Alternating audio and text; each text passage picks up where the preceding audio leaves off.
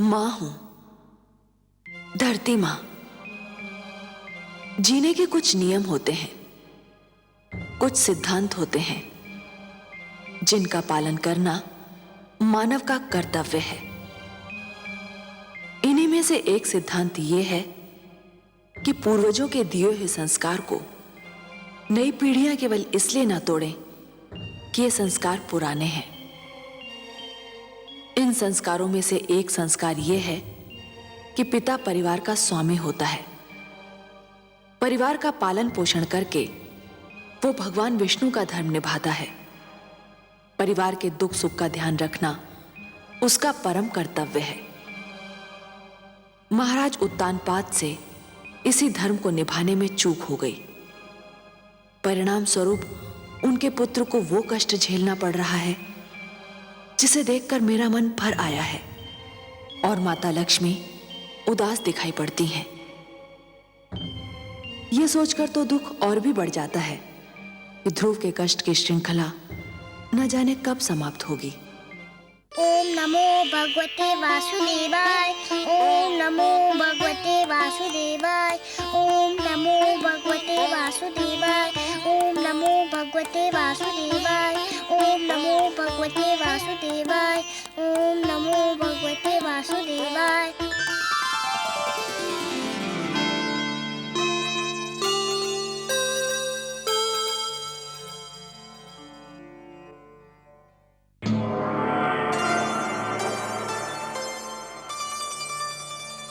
प्रणाम देवी।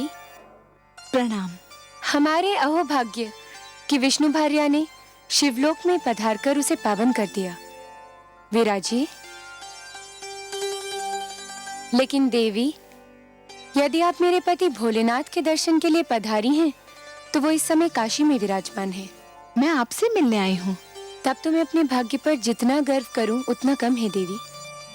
मेरी समझ में नहीं आता मैं इतने महान अतिथि का सत्कार किस प्रकार करूं। ये तो आपकी महानता है जो मुझे इतना सम्मान दे रही हैं।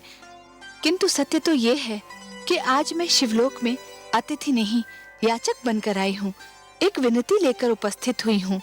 विनती? कैसी बातें कर रही हैं देवी? आदेश दीजिए, आज्ञा दीजिए।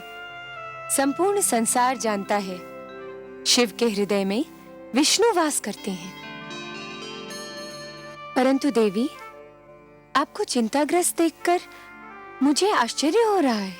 मन में चिंता बैठी हो तो मुख दर्पण में उसकी छाया आ ही जाती है। जब कोई माँ अपने पुत्र के लिए चिंता करती है तब वो छिपाई नहीं छिपती। माँ, पुत्र? मैं कुछ समझी नहीं देवी। आप किस माँ और किस पुत्र की बात कर रही हैं? मैं अपने पुत्र की बात कर रही हूँ शिव भार्या। आपका पुत्र? ये कैसी पहेली बुझा रही हैं देवी? कोई पहेली नहीं है देवी। आप तो जानती हैं ना, मानव लोक के एक छोटे से बालक ध्रुव ने भगवान विष्णु से मिलने की ठान ली है और इसके लिए वो कोई भी कष्ट उठाने के लिए तैयार हो गया है। जानती हूँ देवी, लेकिन वो आपका पुत्र तो नहीं है। अवश्य नहीं है, पर मैं उसे अपना पुत्र मान चुकी हूँ। उसने भी मुझे माँ कहा है। देवी, यदि मेरे योग्य कोई सेवा हो तो आपकी आज्ञा सिर माथे पर। आदेश दीजिए। नन्हा ध्रुव घने वन में घोर तपस्या कर रहा है। उस वन में भयानक पशु हैं।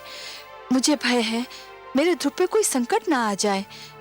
देवी, वनराज आपके वाहन हैं, उन पर आपका अधिकार है। मेरे ध्रुव पे कोई संकट ना आए, यही प्रार्थना लेकर मैं आपके पास आई हूँ। बस इतनी सी बात देवी। यदि इसी चिंता ने आपको पीड़ित कर रखा है तो इसे अपने मन से निकाल फेंकिए। मैं आपको आश्वासन देती हूँ कि वत्स ध्रुव पर आंच भी नहीं आने दूंगी। आप कितनी महान हैं। त्रिलोक के सबसे बड़े दानी की आप हृदय स्वामिनी हैं। आपका हृदय इतना विशाल है कि जो भी आपसे सहायता मांगने आता है उसे आप निराश नहीं करती। अब मुझे विश्वास हो गया है कि मेरे ध्रुव का अमंगल नहीं होगा। आपकी जय हो देवी पार्वती, जय हो।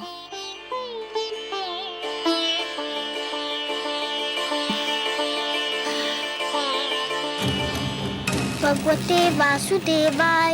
ओम नमो भगवते वासुदेवाय। ओम नमो भगवते वासुदेवाय। ओम नमो भगवते वासुदेवाय। ओम नमो भगवते वासुदेवाय। ओम नमो भगवते वासुदेवाय। ओम नमो भगवते वासुदेवाय। ओम नमो भगवते वासुदेवाय। ओम नमो भगवते वासुदेवाय। ओम नमो भगवते वासुदेवाय। ओम नमो भगवते वासुदेवाय। ओम नमो भगवते वासुदेवाय। ओम नमो भगवते वासुदेवाय। ओम नमो भगवते वासुदेवाय। ओम नमो भगवते वासुदेवाय। ओम नमो भगवते वासुदेवाय। ओम नमो भगवते वासुदेवाय। ओम नमो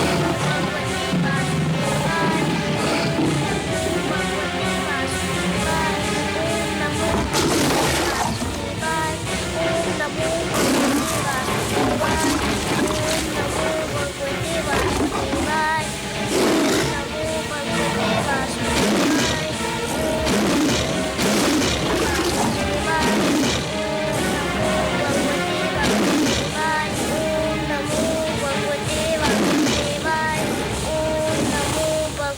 वासुदेवाय। ओम नमो भगवते वासुदेवाय। ओम नमो भगवते धन्य हो पुत्र। वासुदेवाय।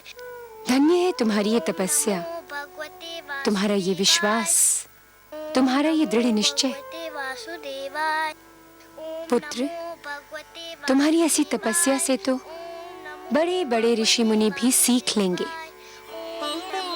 तुम्हारा सदैव कल्याण हो, यही मेरा आशीर्वाद है।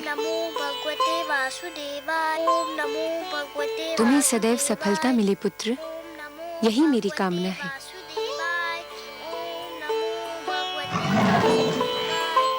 सिंहराज, तुम यहीं ठहरोगे, पुत्र ध्रुव पर कोई संकट न आने पाए। ओम नमो भगवते वासुदेवाय। ओम नमो भगवते वासुदेवाय। नमो भगवते वासुदेवाय।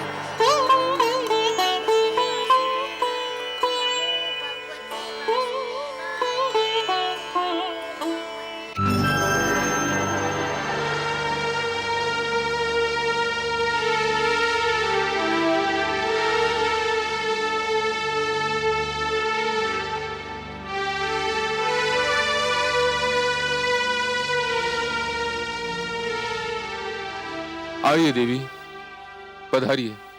कहिए कैसा रहा आपका ध्रुव अभियान? आपकी कृपा से भोलेनाथ, ध्रुव को कोई हानि नहीं पहुंची। वो बाल बाल बच गया। मैं सही समय पर वहां पहुंच गई थी। परंतु देव, मेरे आश्चर्य की सीमा ही नहीं रही ये देखकर कि बालक ध्रुव ने इतना सब कुछ हो जाने के पश्चात भी आंख तक नहीं खोली, जैसे कि उसे ज्ञान ही न हो कि वो किन संकटों में घिरा हुआ है। वातावरण से अनजान वो बालक आंखें मूंदे दृढ़ संकल्प के साथ मंत्र जाप करता रहा। इसमें आश्चर्य की क्या बात है देवी? ध्रुव का तो अर्थ ही होता है अटल और दृढ़ निश्चय।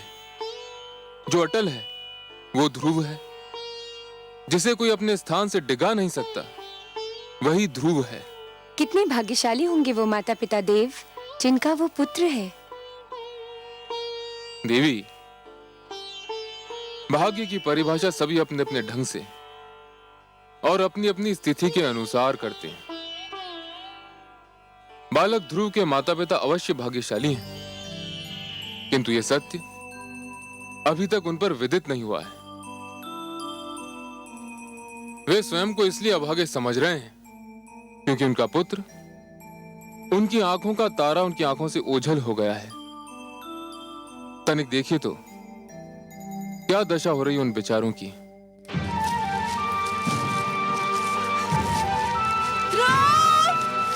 पुत्र ध्रुव! ध्रुव!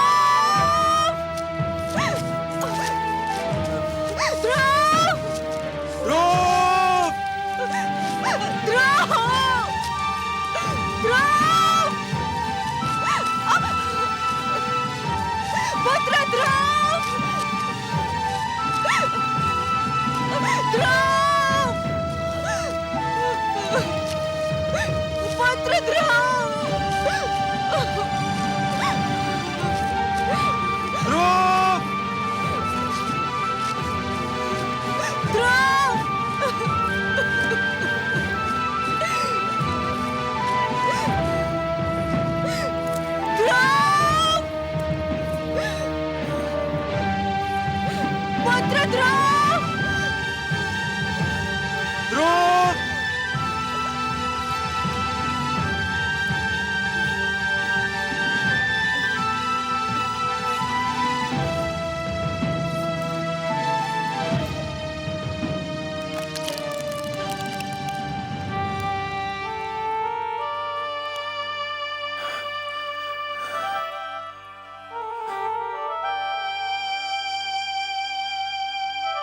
नहीं नहीं, हे जल, हम प्यास से तड़प रहे हैं, परंतु हम तुझसे अपनी प्यास कैसे बुझाएं?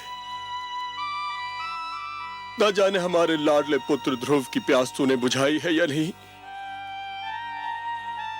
कहीं ऐसा ना हो कि हम तुझसे अपनी प्यास बुझा लें और हमारा पुत्र तेरी एक एक बूंद को तरसता रहे। नहीं, हम अपनी प्यास बुझाकर ऐसा पाप नहीं कर सकते, नहीं कर सकते, नहीं कर सकते।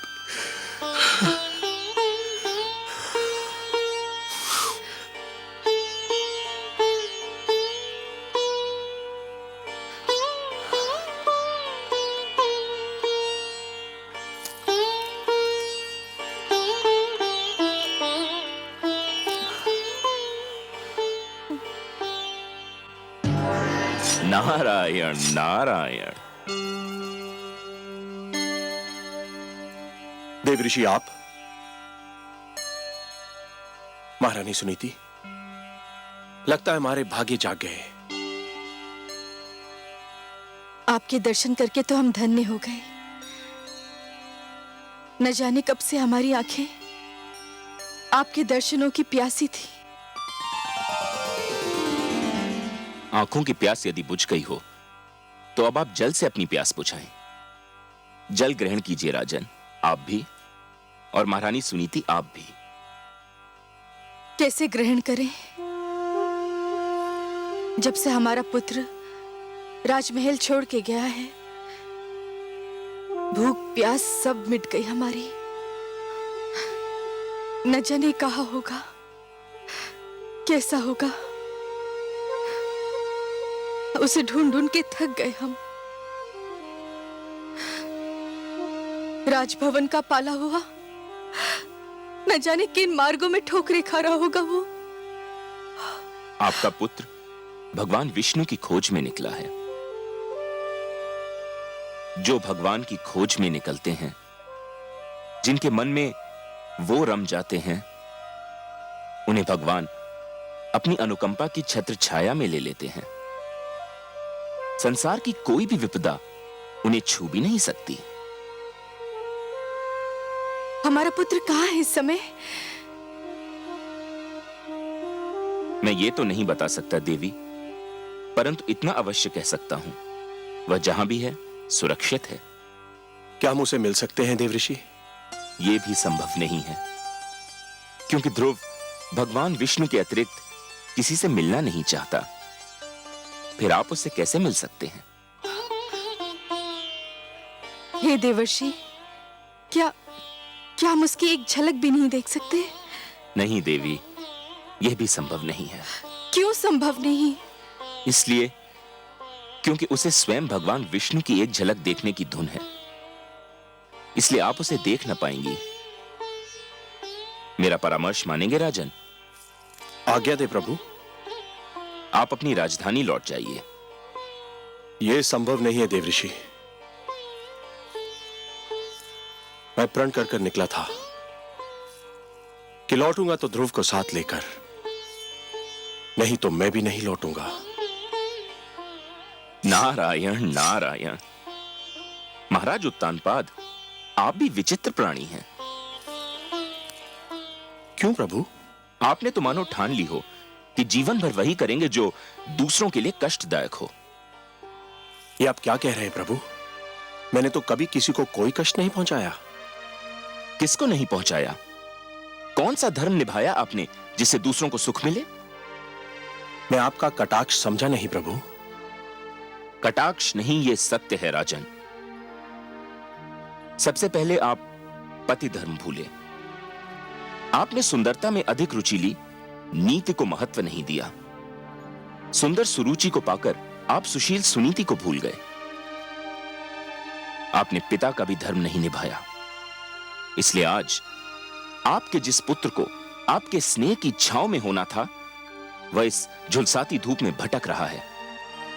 और अब अपनी प्रजा को कष्ट देकर आप एक राजा के धर्म से भी विमुख होना चाह रहे हैं। परंतु प्रभु, मैंने प्रजा को तो कोई कष्ट नहीं दिया है।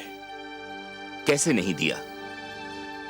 राजकाज की बागडोर और अपनी प्रजा के हित को एक स्वार्थी नारी की दया पर छोड़कर आप समझते हैं कि आपने अपनी प्रजा को बहुत सुख दिया है। जो राजा अपने परिवार की समस्या में पड़कर अपनी प्रजा के हित को भूल जाए, उसे राजा कहलाने का कोई अधिकार नहीं है। एक सुंदर नारी की सुंदरता में आप ऐसा फंसकर भटके कि धर्म का मार्ग ही भूल गए। राजन, जब एक व्यक्ति भटकता है तो केवल वही व्यक्ति भटकता है, किंतु जब एक राजा भटकता है तो पूरा देश भटक जाता है, राष्ट्र भटक जाता है। आप सत्य कहते हैं प्रभु, परंतु मेरे लिए अपने पुत्र को भूल पाना संभव नहीं। मैं राजा अवश्य हूं, पर पिता भी तो हूं। यही तो वो सत्य है राजन, जो एक साधारण व्यक्ति से राजा की और एक राजा से साधारण व्यक्ति की पहचान अलग करता है। एक साधारण व्यक्ति के लिए उसका परिवार ही उसका संसार है, किंतु एक राजा के लिए उसकी प्रजा ही उसका परिवार है। और आप अपने परिवार को भूल गए हैं। अब भी समय है राजन, अपनी भूल का प्रायश्चित कर लीजिए, घर लौट जाइए।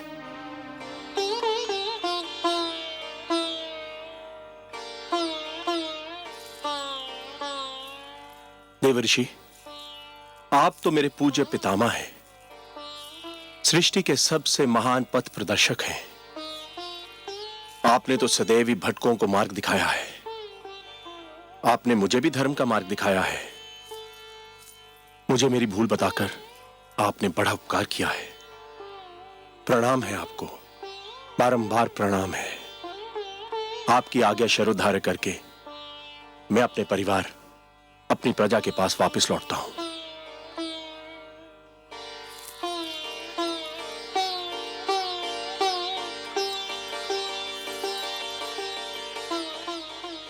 चलिए महारानी।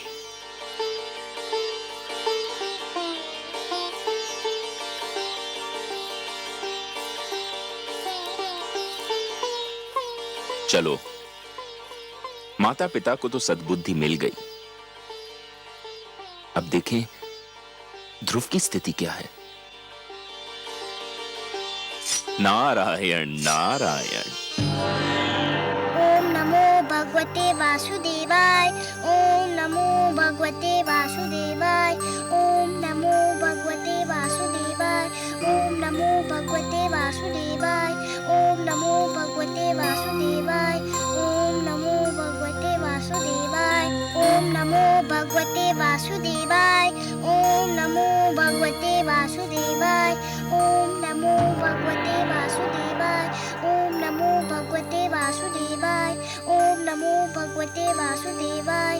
ओम नमो भगवते वासुदेवाय। ओम नमो भगवते नारायण वासुदेवाय। नारायण। गुरुदेव, भगवान विष्णु अब तक नहीं आए। आपने तो कहा था कि इस मंत्र का जाप करोगे तो भगवान विष्णु अवश्य आ जाएंगे। वे तो अब तक नहीं आए। पुत्र, इतना सरल समझ लिया है भगवान विष्णु का इस धरती पर आना? बड़े बड़े ऋषि मुनियों ने तो अपना सारा जीवन इसी तपस्या में लगा दिया, किंतु कुछ ही के भाग्य में भगवान विष्णु के दर्शन लिखे थे। तुम्हारी तपस्या तो अभी प्रारंभ हुई है। मुझे और कितनी तपस्या करनी होगी उनके दर्शन पाने के लिए? वत्स, फल अपने निर्धारित समय पर ही पकता है, कली भी निर्धारित समय पर ही फूल बनती है। सूर्य, चंद्रमा, प्रभात, संध्या, ये सब एक क्रम चक्र से बंधे हैं।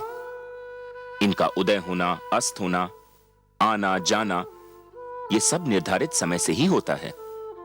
तुम्हारी तपस्या सफल होने का समय भी अवश्य आएगा पुत्र, पर तुम तो अभी से घबरा गए। घबराया नहीं गुरुदेव, पर कहीं मेरी तपस्या में कोई कमी तो नहीं रह गई जो भगवान विष्णु अभी तक मेरे पास नहीं आए। तुम्हारी बात में तथ्य है पुत्र, तुमने मुझे सोचने पर विवश कर दिया है, क्योंकि ये तो सत्य है कि मेरे नारायण उन्हीं से प्रसन्न होते हैं जिनके मन में उनके अतिरिक्त किसी का ध्यान न हो, जिनके नेत्रों में उनके अतिरिक्त किसी की छवि न हो, जो उनके दर्शन के अतिरिक्त कोई अभिलाषा न रखते हों, जो सारी कामनाओं का, सारे बंधनों का त्याग कर चुके हों, जो पूर्ण रूप से समर्पित हों। आप ही तो मेरे गुरु हैं, आप ही तो मेरे मार्गदर्शक हैं। आप भी बता सकते हैं कि मैं और क्या करूं जो भगवान विष्णु मेरे पास आ जाए। कुछ पाने के लिए कुछ छोड़ना पड़ता है वत्स, यही विधि का नियम है। मुझे क्या छोड़ना होगा गुरुदेव? तुम बहुत बड़ी वस्तु पाना चाहते हो, अतएव तुमको बहुत बड़ी वस्तु छोड़नी पड़ेगी। आप उस वस्तु का नाम बताइए, मैं उसे छोड़ दूंगा। खाना छोड़ सकते हो? हाँ छोड़ दूंगा, तब तो भगवान विष्णु मेरे पास आ जाएंगे ना। अवश्य आएंगे, अवश्य आएंगे पुत्र। कोई कितना भी आग्रह करे, कितना भी विवश करे, बस तुम खाने को हाथ मत लगाना, फिर देखो कितना शीघ्र भगवान का मन पिघलता है। अच्छा, तुम अपने मंत्र का जाप आरंभ करो, मैं चला, मुझे कुछ और कार्य याद आ गया है। ओम नमो भगवते वासुदेवाय, ओम नमो भगवते वासुदेवाय, ओम नमो वासुदेवाय, ओम नमो भगवते वासुदेवाय, ओम नमो भगवते वासुदेवाय। आंखें खोलो पुत्र, लो तुम्हारे लिए फल लाई हूँ। मैं नहीं खाऊंगा माते। क्यों, क्या भूख नहीं लगी? लगी है, पर मैं कुछ नहीं खाऊंगा। पर क्यों नहीं खाओगे? मेरे गुरु का यही आदेश है। आदेश? क्या आदेश है? क्या कहा देवर्षि ने तुम्हें? उन्होंने कहा है कि यदि मैं खाना छोड़ दूं तो भगवान विष्णु शीघ्र मेरे पास आ जाएंगे। पुत्र तुम अभी बहुत छोटे हो, खाओगे नहीं तो रहोगे कैसे? भूख तुमसे सहन नहीं होगी। मैं सहन करूंगा, सब कुछ सह लूंगा, भूखा रह लूंगा, पर जब तक भगवान विष्णु मेरे पास नहीं आ जाते मैं कुछ नहीं खाऊंगा। ओम नमो भगवते वासुदेवाय, ओम नमो भगवते वासुदेवाय, ओम नमो भगवते वासुदेवाय, ओम नमो भगवते वासुदेवाय, ओम नमो भगवते वासुदेवाय, ओम नमो भगवते वासुदेवाय, ओम नमो भगवते वासुदेवाय।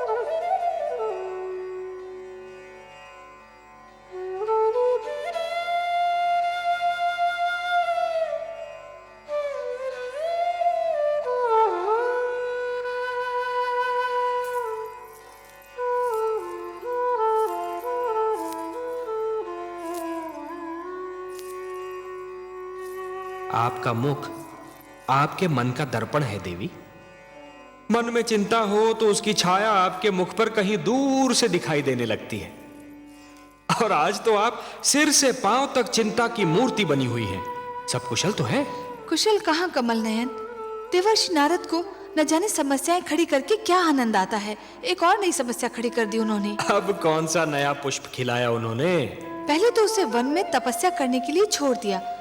मुझे यही चिंता क्या कम थी कि वन के पशुओं से उसकी रक्षा कैसे होगी, और अब उन्होंने ध्रुव को आदेश दिया है कि आहार भी त्याग दे। देवर्षि ध्रुव के गुरु हैं। गुरु की आज्ञा का पालन करना शिष्य का कर्तव्य होता है। गुरु तो भगवान से भी बड़ा होता है। इसका अर्थ ये हुआ कि आप भी देवर्षि से सहमत हैं? वो तो नन्हा सा बालक है, तनिक सोचिए तो, आहार त्यागने से उसकी क्या दशा हो जाएगी। क्षमा कीजिए प्रभु, संभवतः आपको भी उसकी पीड़ा पर दया नहीं आ रही। ये आप नहीं बोल रही हैं देवी, ये आपके भीतर समाई हुई एक नारी, एक मां बोल रही है। यही समझ लीजिए करुणा सिंधु, पर मुझसे उसकी दशा देखी नहीं जाती। दया कीजिए उस पर, दया कीजिए मुझ पर। मुझे आपसे सहानुभूति है देवी, पर मुझे खेद है, मैं पक्षपात नहीं कर सकता। पक्षपात? कैसा पक्षपात प्रभु? धरती पर मनुष्य लोक में मेरे अगणित भक्त हैं। माना कि ध्रुव सर्वस्व त्याग कर मेरा दर्शनाभिलाषी है देवी, परंतु जो मेरे साधारण भक्त हैं उनका भी तो मुझ पर अधिकार है। आप तो जानती हैं देवी कि जो भी सच्चे मन से मुझे पुकारे मैं उसी का हो जाता हूं। तो फिर यह कैसे संभव है देवी कि मैं अपने असंख्य भक्तों को भूलकर केवल एक बालक को कृतार्थ करूं? देवी, सूर्य अपना प्रकाश बांटते समय राजा के महल और दीन की कुटिया में अंतर नहीं करता। वर्षा का बादल मधुवन पर बरसता है तो मरुस्थल की प्यास भी बुझाता है। तो फिर यह कैसे संभव है देवी कि मैं अपने भक्तों में पक्षपात करूं? हे महादेवी, ये मत भूलिए कि ईश्वर भी ईश्वरत्व के नियम से बंधा है, और ईश्वरत्व का नियम है समानता। मेरी दृष्टि में समस्त मानव जाति समान है। मैं धरती पर जा अवश्य सकता हूं देवी, किंतु समस्त मानव समूह के कल्याण के लिए, केवल किसी एक के कल्याण के लिए नहीं। चाहे मेरा ध्रुव भूख प्यास से दम ही क्यों न तोड़ दे। मैं आपसे पहले भी कह चुका हूं देवी कि मैं विधाता के कार्यों में हस्तक्षेप नहीं कर सकता। मुझे आपसे सहानुभूति है, परंतु यदि विधाता ने उसके भाग्य में यही लिख दिया हो तो फिर यही होकर रहेगा।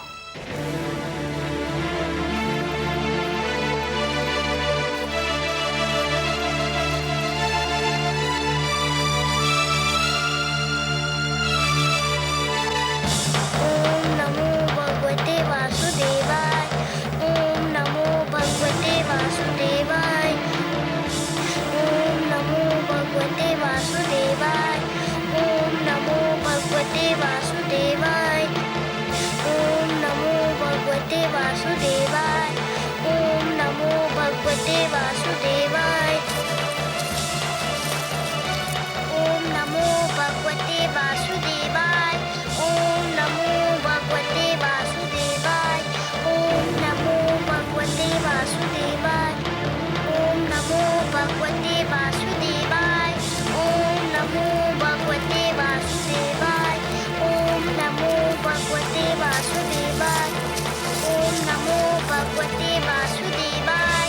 ओम नमो भगवते वासुदेवाय। ओम नमो भगवते वासुदेवाय। ओम नमो भगवते वासुदेवाय। गंधर्व मलय केतु, ये नन्हा सा बालक अकेले इस भयानक वन में क्या कर रहा है? देखते नहीं गंधर्व राज चित्ररथ भगवान विष्णु के मंत्र का जाप कर रहा है। ये बालक अवश्य ही उनका मन जीतने का प्रयत्न कर रहा है।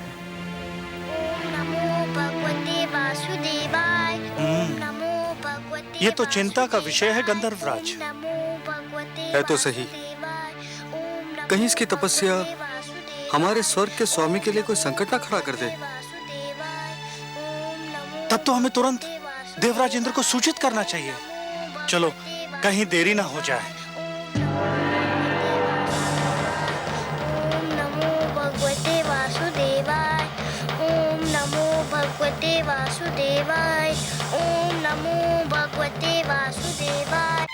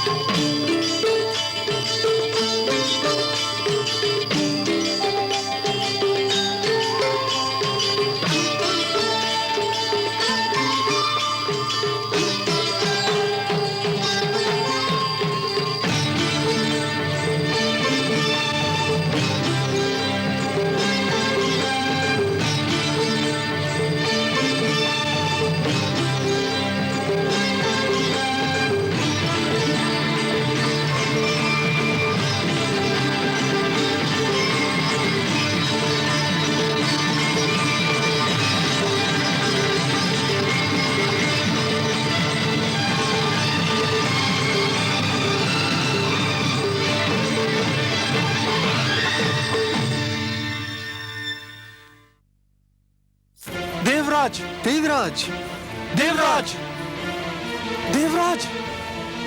क्या बात है गंधर्वराज चित्ररथ? क्या हुआ गंधर्व मलय केतु? तुम दोनों इतने घबराए हुए क्यों लग रहे हो? क्या कहीं कोई अनर्थ हो गया? अनर्थ हुआ तो नहीं देवराज, पर हो अवश्य सकता है। स्वर्ग पर संकट की छाया है। क्या कह रहे हो? तुम तो लगता है अपना मस्तिष्क ही खो बैठे हो। तुम बताओ मलय केतु, क्या बात है? हम दोनों एक वन से जा रहे थे कि हमें एक छोटा सा बालक भगवान विष्णु की तपस्या में मग्न दिखाई दिया। तो क्या हुआ? उसके सामने फलों से भरी थाली रखी हुई थी। सारे फल सूख चुके थे।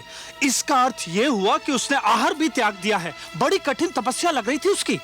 एक बालक क्या और उसकी तपस्या क्या गंधर्वराज? हमें इससे क्या भय?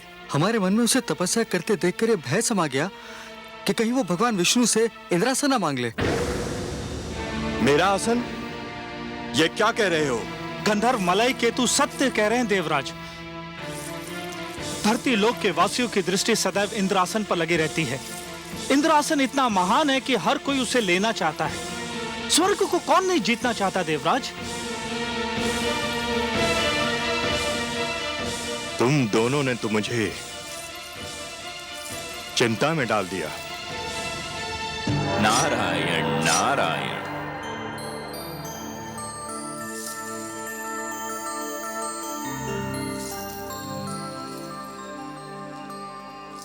बड़ी शुभ घड़ी में पधारे आप देवर्षि।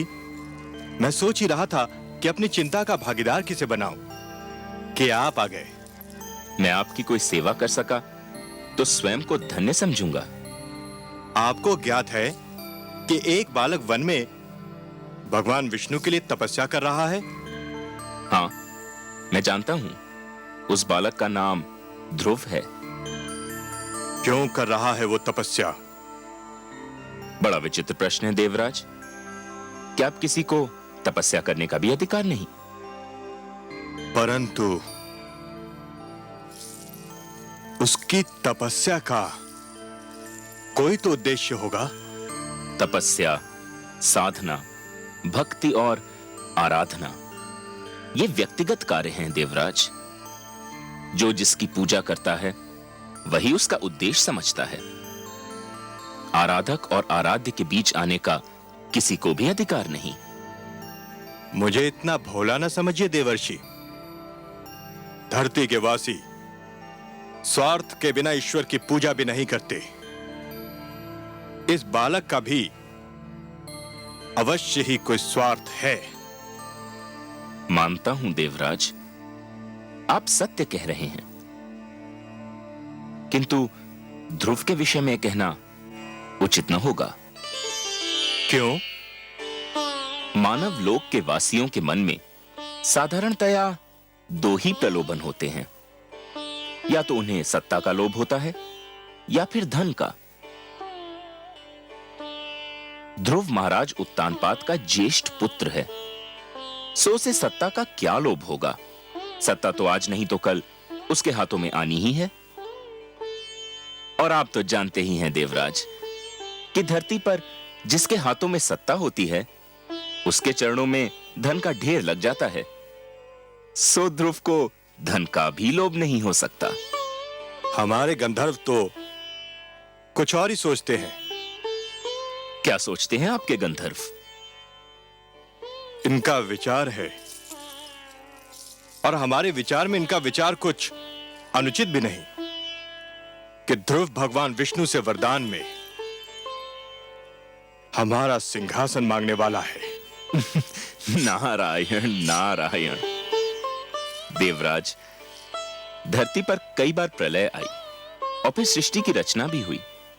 युग बदले, शताब्दियां बदली, कल्प बदले, मनवंतर बदले, पर नहीं बदले तो आप। उधर क्षण भर को किसी ने साधना में आंख क्या बंद कर ली, इधर आपका सिंहासन डोल गया। विश्वास कीजिए देवराज, ध्रुव का ऐसा कोई उद्देश्य नहीं है। आप जानते हैं देवर्षि की इंद्रासन पर सबकी आंखें लगी रहती हैं। पहले भी कई बार कई लोग इसे हथियाने का प्रयास कर चुके हैं। मुझे यही चिंता है। आपको चिंतित रहने का इतना अभ्यास हो चुका है देवराज कि यदि आप चिंतित न लगें तो अधूरे से लगते हैं। ध्रुव की दृष्टि में इंद्रासन तुच्छ है। उसकी दृष्टि तो कहीं और ऊंचाई पर लगी हुई है। परंतु आप चाहते क्या हैं देवराज? मैं चाहता हूं कि उसकी तपस्या में बाधा पड़ जाए, उसकी साधना टूट जाए। आप अपनी इच्छा के स्वामी हैं देवराज, किंतु इतना जान लीजिए कि ध्रुव के मन में जो सूर्य उदय हो चुका है उसे विरोध की कोई भी घटा ढांप नहीं सकती। उसके जीवन में जिस सुगंध ने जन्म ले लिया है उसे कोई भी दीवार रोक नहीं सकती। मैं रोकूंगा उसे, आप देखते जाइए। अवश्य दिखाइए। मुझे तो यूं भी आपकी लीला देखने में बड़ा आनंद आता है। नारायण नारायण। रक्षिता, आज्ञा देवराज। रक्षिता, तुम्हें अभी इसी समय धरती पर जाना है, उस वन में जाना है जहां एक नन्हा बालक ध्रुव भगवान विष्णु के लिए तपस्या कर रहा है। तुम्हें उसकी तपस्या भंग करनी है। जो आज्ञा देवराज। उसकी तपस्या भंग करने का ढंग मैं बताता हूं तुम्हें, ध्यान से सुनो।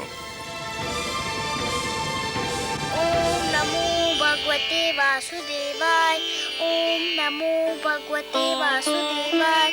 ओम नमो भगवते वासुदेवाय। ओम नमो भगवते वासुदेवाय। ओम नमो भगवते वासुदेवाय। ओम नमो भगवते वासुदेवाय। ओम नमो भगवते वासुदेवाय। ओम नमो भगवते वासुदेवाय। ओम नमो भगवते वासुदेवाय। ओम नमो भगवते वासुदेवाय। ध्रुव, ओम नमो भगवते मेरे पुत्र, वासुदेवाय। तू यहाँ है ओम नमो और मैं तेरी भगवते खोज में न जाने कहाँ कहाँ भटक रही थी। ओम नमो भगवते वासुदेवाय।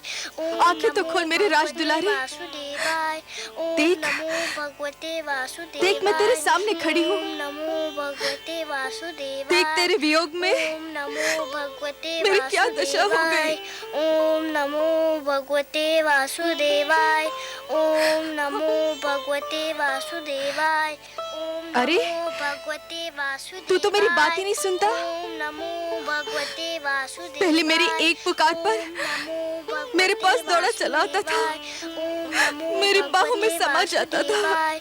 ओम नमो भगवते वासुदेवाय। ये तुझे क्या हो गया है ध्रुव? ओम नमो भगवते वासुदेवाय। ओम नमो न जाने किसने भगवते जादू टोना कर दिया मेरे वासुदेवाय। राजकुमार पर। ओम नमो भगवते वासुदेवाय। मेरे लाल, बंद कर दे अपनी तपस्या। ओम नमो भगवते तेरी इच्छा पूरी हो गई है। ओम नमो महाराज, भगवते तुझे अपनी गोद में बिठाने को तैयार हो गए हैं। ओम नमो भगवते तेरी विमाता सुरुचि ने भी अपनी भूल स्वीकार कर ली है। भगवते वासुदेवाय। चल मेरे लाल, ओम नमो राजमहल तेरी प्रतीक्षा कर रहा है। ओम नमो भगवते वासुदेवाय। ओम नमो भगवते वासुदेवाय। हाय मेरे भाग्य, ओम नमो मेरी आंखों की तारी, वासुदेवाय। मेरे मन के चैन। ओम नमो ये तेरी आयु नहीं भगवते तपस्या करने की। वासुदेवाय। ओम अभी तो तेरे नमो खेलने कूदने के दिन हैं। वासुदेवाय। तूने अभी जीवन में देखा ही क्या है। भगवते वासुदेवाय।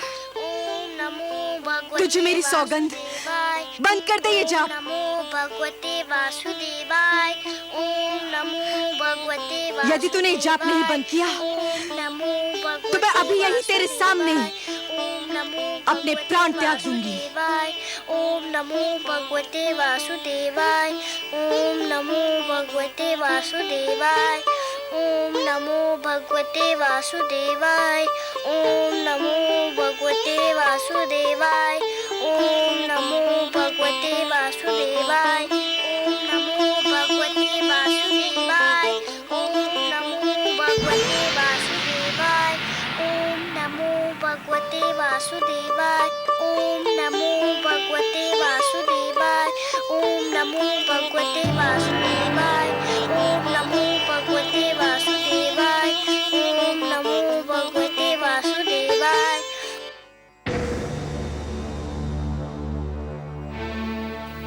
तुमने खाना छोड़ दिया है, यदि पानी पीना भी छोड़ दो तो भगवान विष्णु और भी शीघ्र तुमसे मिलने आ जाएंगे। ओम नमो भगवते वासुदेवाय। ओम नमो भगवते वासुदेवाय।